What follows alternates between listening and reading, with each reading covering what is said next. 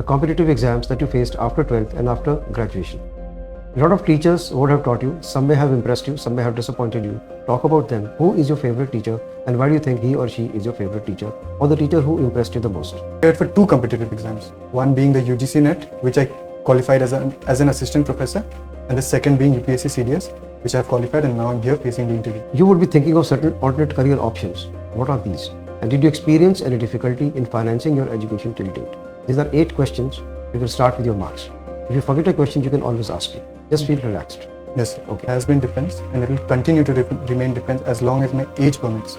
Other than that, as I said, I cleared the UGC NET exam. That's one alternative for me. But regardless, defense is going to remain my priority until and unless I possibly can appear in this exam. Come in, sir. Ayush? Good afternoon, sir. Yeah, sit down. So, Ayush, which place do you belong to? So, I belong to Muzaffarpur, Bihar, village Bochaha. Okay. How far it is from Muzaffarpur? Approximately 15 kilometers from Muzaffarpur, and it falls on the way to Darbhanga, which is approximately 45 kilometers from my village. And Darbhanga is popular because it's got the second airport of Bihar. Tell me something about your village. So my village, it's popular for lychees, as you must have heard about the lychees from Muzaffarpur. Yeah. So most of the lychees grow on the outskirts, and my village being one of them. My village is also beside the river Buri Gandak. So during the Chhat Puja celebration, that becomes a very important site for the devotees. Okay. How long have you been living in the village? So about 14 years. 14 years. Yes, sir. You are still in the village or in town now? So currently I'm living in Delhi, so Mayur Vihar. Mayur Vihar. Yes. Okay. So how do you commute from there to this place? So from my home, I take a rickshaw to the metro, where I go to Blue Line, and from there I come to Karol Bagh, and it takes me approximately 1 hour. 1 hour one way? Yes, sir. Okay, that's quite a long journey. What do you do en route? Do you study something? Yes, sir. I'm en route. Yeah. No, sir. I listen to music. Listen to music. Yes, sir. Okay, you're very fond of music, it seems. All Yes, right. sir. Okay. Right. Ayush, let's talk about your education first. Yes, sir. Suppose you were to tell me the percentage of marks obtained in 10th, 12th graduation, choice of subjects that you had in 11th and 12th, the competitive exams that you faced after 12th and after graduation. A lot of teachers would have taught you, some may have impressed you, some may have disappointed you. Talk about them. Who is your favorite teacher and why do you think he or she is your favorite teacher or the teacher who impressed you the most? Then I would like to know about your friends. How big is your friend circle? Who is your best friend and why do you think he or she is your best friend? You also would have taken part in a lot of extracurricular activities and what were your achievements? Give me the details of those. You would be thinking of certain alternate career options. What are these? And did you experience any difficulty in financing your education till date? These are 8 questions. You can start with your marks. If you forget a question, you can always ask me. Just feel relaxed. Yes, sir. Okay. So I finished my schooling from St. Paul's School, Darjeeling, both class 10th and 12th, which was affiliated to the CISCA board. In my 10th, I scored 68% marks, and in my 12th, I scored 84% marks. In my 11th and 12th, the subject that I chose was humanities, which consisted of history, political science, sociology, Hindi, English, and in the optional subject, I chose geography. After which, I went to Rajdhani College, where I scored an aggregate of 66% marks. Okay. After my class 12, the competitive exam that I appeared for was the admission test for Indraprasth University, which I qualified. But now I had a choice between Indraprasth University and Delhi University, so I chose Delhi University. Okay. After my graduation, I appeared for 2 competitive exams, one being the UGC NET, which I qualified as an assistant professor, and the second being UPSC CDS, which I have qualified, and now I'm here facing the interview. All right. That's very good. Right. What about your teachers? Yes, sir. So, over my life, I had the privilege to be taught by many teachers, and all of them were really extraordinary people. I respect all of them.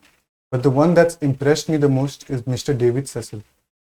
His style of teaching was very unique, something that I really enjoyed. And he was supportive, be it outside the class or inside the class. So living in a hostel, you need a parent figure. And he was one of those figures for me and for many of us. And that's the reason why he impressed me the most.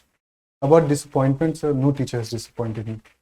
Every teacher has played a major role in shaping me, and they have done their best to make me a better person, and I appreciate them for that.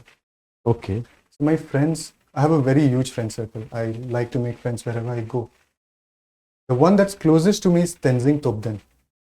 The reason why he's closest to me is because he's trustworthy, he's reliable. I know that if I need something, I can count on him and he will be there for me. And his sense of humor, it clicks with me, and he's got a really great sense of humor, and I really enjoy that. And these are a few reasons why he's the closest friend to me.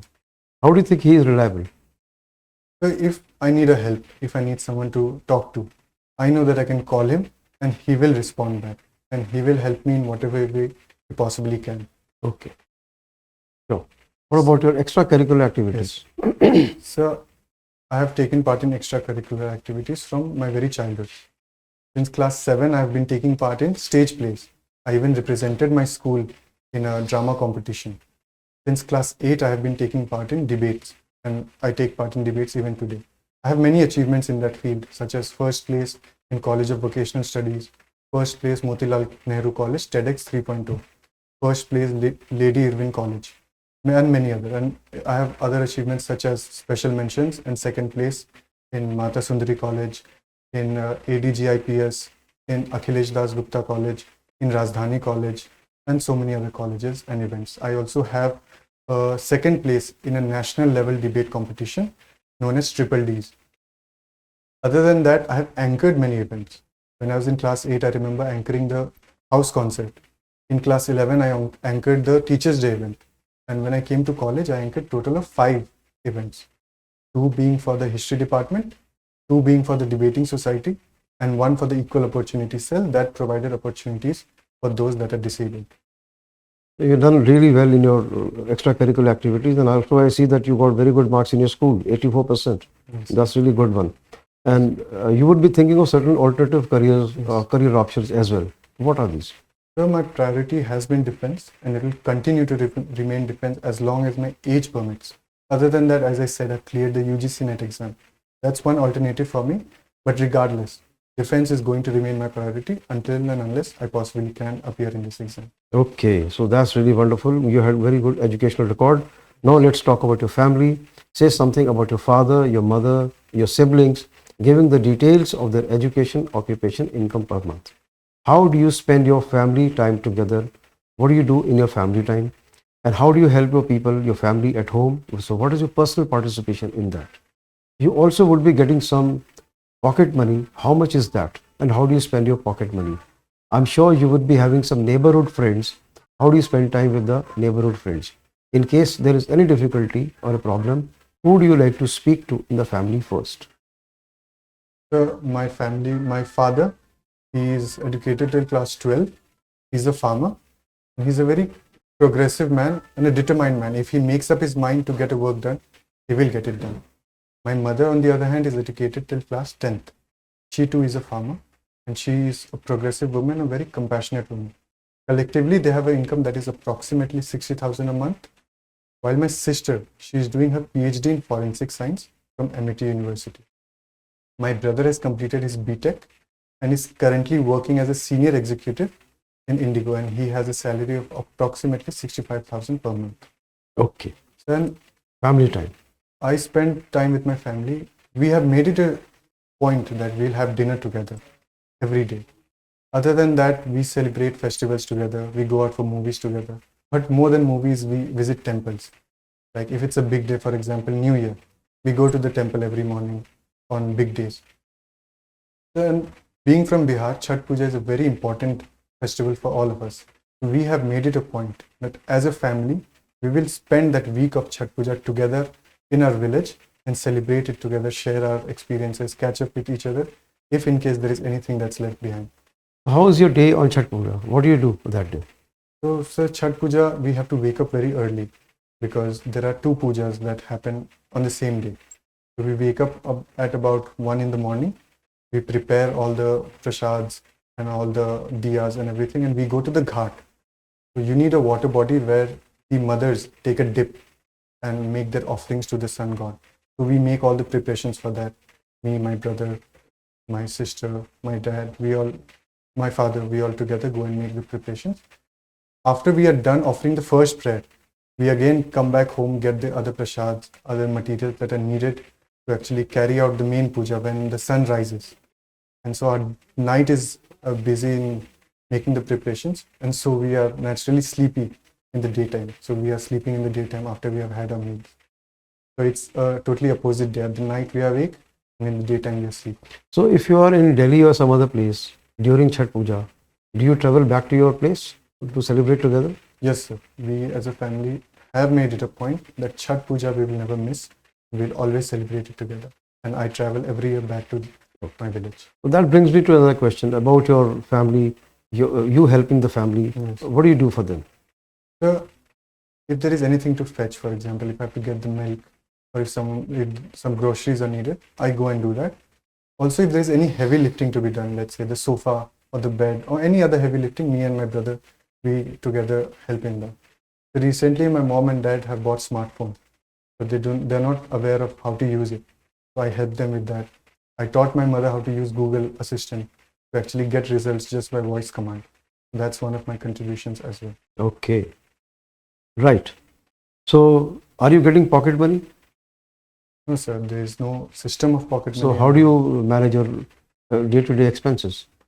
Well, I always have an emergency amount of 500 to 1000 in my bag if there is any unseen expenditures. Other than that, any expenditure that I have, I take it from my home whenever I need it. So for traveling, I get my daily allowances. If I need to buy something or if I need to go for an outing, I just ask at home and they give me the amount that I require. Okay. Right. What about your neighborhood friends? You are in Delhi for quite a bit of time. So are they still there or they have moved out?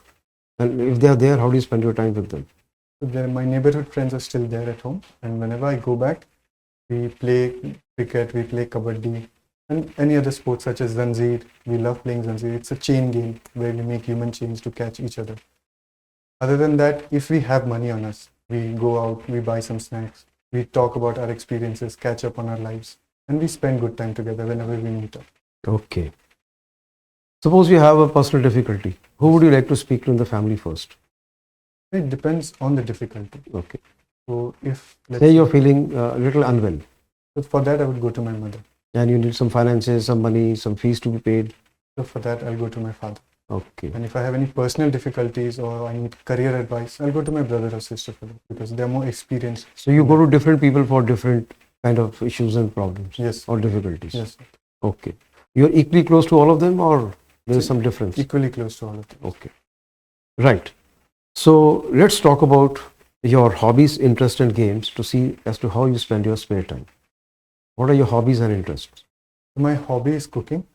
Recently, I've also started writing. I've taken a liking to writing and I'm writing a book. Interest, music, as I said, you every day while commuting and hear music because I'm really interested in it. I also like to watch movies whenever I can take out time. I do go and watch movies. In games, I play football. I have also played football for my school team. I've represented my school in inter-school matches. Okay. I've also represented my school in athletics. I was in the relay team in the open division. I have represented my house in half marathon, and in class 12 we even got the trophy for our collective efforts in marathon as we performed the best. I would be interested to know a little about your book that you're writing or whatever half a year through. Yes, sir.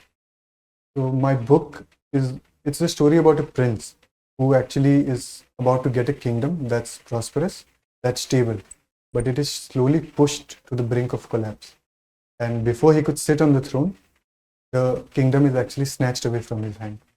And now the story then revolves around how even after losing everything, he stands up and he goes for the fight. Even though the chances look as if he would never regain his kingdom, but he doesn't give up. And he fights until the end. And after a lot of hardships, towards the end, he gets his kingdom back. Even though it's a devastated kingdom, he doesn't lose hope. He goes on to rebuild it. And I'm still building on the story, but this is the basic. How did you body of get the this story. concept? I was inspired by the book Song of Ice and Fire. There is a series made on it called Game of Thrones. And recently there is also a new series, House of the Dragons. I watched it as a child, the Game of Thrones, and since then I've been thinking about such stories and finally now I've put it into. Okay. So how many pages have you written so far generally? So it's over 100 pages. Over 100 pages. Okay. You would like to have the volume going to around say 200 pages? More than that. So it's going to be quite a long story and divided into 3 books. 3 books. Okay. Yes. Right. So you are so good at so many things, and you've done so well in your academics, your extracurriculars, your games, and also you got through into your UGC net. Then why do you think you need to come to the defense? Why are you interested to join defense as an officer? The defense is a matter of pride for me. First, matter of personal pride, and also a matter of pride for my family. The Indian Army is an organization that's respected throughout the country, and I want to be part of that. I want to one day wear that uniform. I do not have any personal background from defense. No one in my family, or tracing back my ancestors, no one was in the defense forces. But I do have some experience. I remember as a child going to Haridwar, and then my father told me, he was actually talking to my mother, and I overheard that the Indian Army is there, then nothing is going to happen, we'll all be safe. And my school experience, so my school was just beside the Jalapahar cantonment. Okay. And I remember having my marathon runs to the cantonment area, and me and my friends, every year we would be praises for the army, that look how well they have maintained their area, how they do all their work together. We would see them play. And the question in my mind was, despite having such a demanding job, they take out time to live their life. And I knew that this is where I want to be when I grow up. Okay. That's great. Right. I'm sure you would be aware of certain weaknesses of yours and like to overcome those. Yes. What are these? So considering my desire to join the defense forces, I believe my general knowledge about the defense forces is not up to the mark. I'm improving on it. I will continue to improve on it. But I think that's one of the areas where I'll improve. I need to improve a lot, and I'm working on that. Any other area of improvement in your life? I would say physical strength. Okay. The human body is capable of so much, and I want to see what my body is capable of, and I'm working on it. And as I said, What is your strategy to overcome this issue? I think the first is that I need to build strength. I need to actually be able to lift more. I need to be able to run for a longer duration. My body needs to be capable to take more pressure than the normal person. I think that would. Okay. Right. Ayush, suppose you're coming from a movie at around 11 o'clock and there is somebody bothering you. What will you do?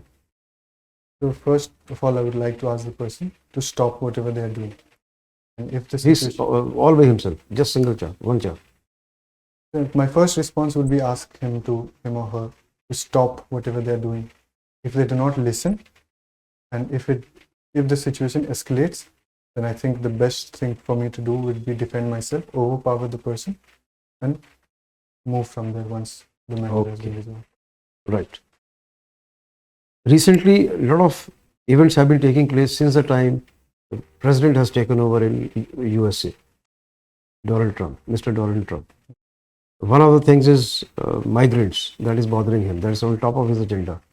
What has he done about moving out the illegal migrants from USA, and how has it affected India? President Trump has emphasized on ensuring border security for his nation. And one of his poll promises, and now he seems to be fulfilling it, is to remove illegal immigrants from the country, as he feels it's a threat to the United States. And he's deporting illegal immigrants to all the countries. Specifically for India, we saw in the first week of February, 104 Indian citizens were sent back on a military plane to Amritsar. Many of them were from Gujarat, Haryana, Punjab. There were even women and children. So the sad part was that they were brought in handcuffs and chains. It must have been a very uncomfortable journey for them, as it was uncomfortable for us to just see that side. I think while we understand his policy to ensure his national interest, these things could have been done differently. How do you think he could have done it differently, or we could have offered some different help in some different way? Yes, sir. So we as Indians, as the government. So first, there was no need to bring the civilians on a military plane, that to handcuff and in chains. The same thing could have been done on a civilian flight.